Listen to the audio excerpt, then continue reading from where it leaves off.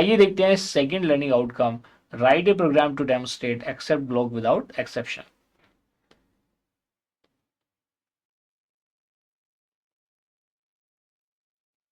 किसकी बात कर रहे हैं? Program for except block without exception, जिसमें एक्सेप्ट ब्लॉक ना हो, उस एक्सेप्शन की हम क्या कर रहे हैं, बात कर रहे हैं। तो अब प्रोग्राम बनाने के लिए देखिए, इसमें अगर हम फर्स्ट लर्निंग आउटकम को रिकॉल करें, हमने देखा कि भाई ट्राई के अंदर वो स्टेटमेंट आते हैं जो एक्सेप्शन को रेज करते हैं, एक्सेप्ट क्लोज के अंदर वो स्टेटमेंट आते हैं जिसके अंदर एक्सेप्शंस वाले स्टेटमेंट्स हैं कि भाई किस टाइप का एक्सेप्शन है। और जो एल्स है उसके अंदर वही, अगर कोई भी एक्सेप्ट क्लोज सेटिस्फाई नहीं होती तो एल्स स्टेटमेंट एग्जीक्यूट होता है, which is optional.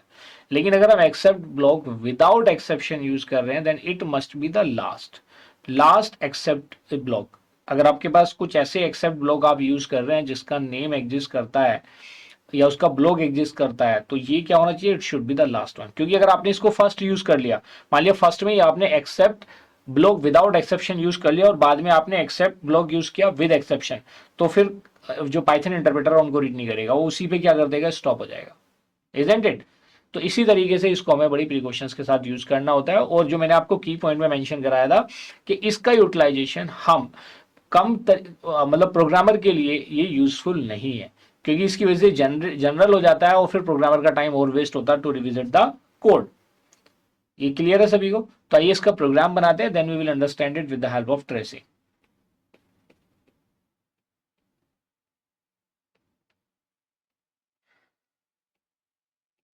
So dear student, this is the program जिसमें आपने एक्सेप्ट को यूज किया है, एक्सेप्ट ब्लॉक को यूज किया विदाउट एक्सेप्शन।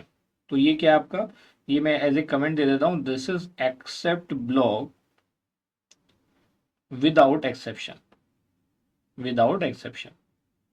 और आप ये देख पा रहे हैं इस प्रोग्राम में मैंने इसको यूज किया एज ए लास्ट, क्योंकि अगर इसको एज ए फर्स्ट यूज कर लेते तो बाकी के except IO error, except value error execute नहीं होते।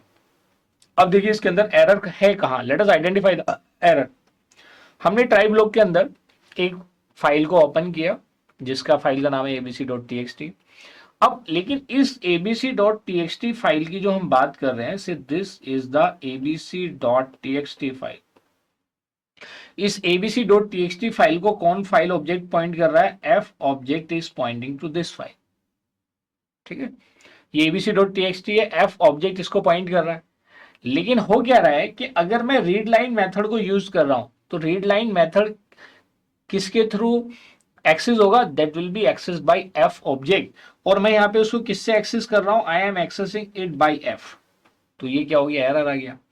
तो जब ये एरर आ जाएगा, this is an error, basically this is an error, ये एरर हो गया तो प्रिंट होगा नहीं। तो जब ये एरर आ गया तो अब इस एरर को कौन कैच करेगा? मतलब ये जो रेज हुआ है बेसिकली यहाँ पे error, this raised error will be catched by, कौन इसको कैच करेगा? Except IO error. क्या ये इनपुट आउटपुट एरर है? नो, ये एग्जीक्यूट नहीं होगा। This is not an input output error. क्या ये वैल्यू एरर है कि भाई आपको डाटा टाइप को कन्वर्ट करना है? नो, ये वो एरर भी नहीं है। तो फिर आएगा लास्ट में, तो ये भी एग्जीक्यूट नहीं होगा, ये भी एग्जीक्यूट नहीं होगा, क्योंकि इन दोनों में से कोई सा भी टाइप का एरर नहीं है। और आपने देख लिया कि ये एक एरर को रिप्रेजेंट कर रहा है, इट एरर, और you can call it as an logical error है, तो एक्सेप्शन में चला जाएगा। फिर क्या होगा? ये एक्सेप्ट क्लॉज एग्जीक्यूट होगा, this except clause will be executed, क्योंकि इसमें कुछ मेंशन नहीं है, कोई आर्ग्यूमेंट नहीं है। So what will be the output in this case? इस केस में आउटपुट आएगा अनएक्सपेक्टेड एरर, प्रोग्राम स्टॉप्ड। ये प्रिंट हो जाएगा, यहाँ पे मैसेज आएगा अनएक्सपेक्टेड एरर, प्रोग्राम स्टॉप्ड। जो भी डबल कोट में आपने दिया होगा वो एज इट इज प्रिंट हो जाएगा। So this is the way how except block works without exception. ये बात समझ में आ गई? अब अगर मैं इनका ऑर्डर चेंज कर देता, भाई अगर मैं ये अगर एज ए फर्स्ट स्टेटमेंट हो जाता, अगर ये फर्स्ट स्टेटमेंट हो जाता, तो अगर आपका कोई इनपुट आउटपुट एरर भी होता ऊपर ट्राई ब्लॉक में, तो वो एग्जीक्यूट नहीं होता। Is it clear to everybody? तो ये जो सारी चीजें एरो मैंने लगाए हैं, ये तो आपको समझाने के लिए लगाए हैं। प्रोग्राम आपका व्हाइट वाला ही है, जो व्हाइट टेक्स्ट में लिखा हुआ, this is your program. to be written in the examination.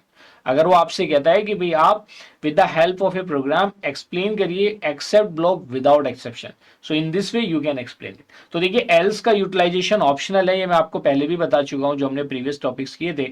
यहाँ पे भी मैंने else को यूज नहीं किया, हम चाहते तो else को भी यूज कर सकते थे. Is it clear to everybody? So this is the way how except block without exception works. So dear student, इन चीजों में आपको बिल्कुल यही ध्यान रखना है.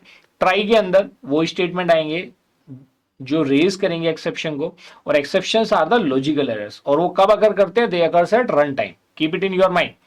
दूसरा जो एक्सेप्ट ब्लॉक है, एक्सेप्ट ब्लॉक के अंदर एक्सेप्शंस को कैच किया जाएगा. मतलब कि आपने देखा कि भाई आयो एरर है, तो आयो में आप प्रिंट करा देंगे कि भाई इस टाइप की एरर है, प्रोग्राम आपका टर्मिनेट हो रहा है. या आपका वो वैल्यू एरर है, तो देखेगा कि भाई वो कन्वर्ट नहीं कर पा रहा है, तो उसके अंदर जो स्टेटमेंट होगा वो प्रिंट हो जाएगा.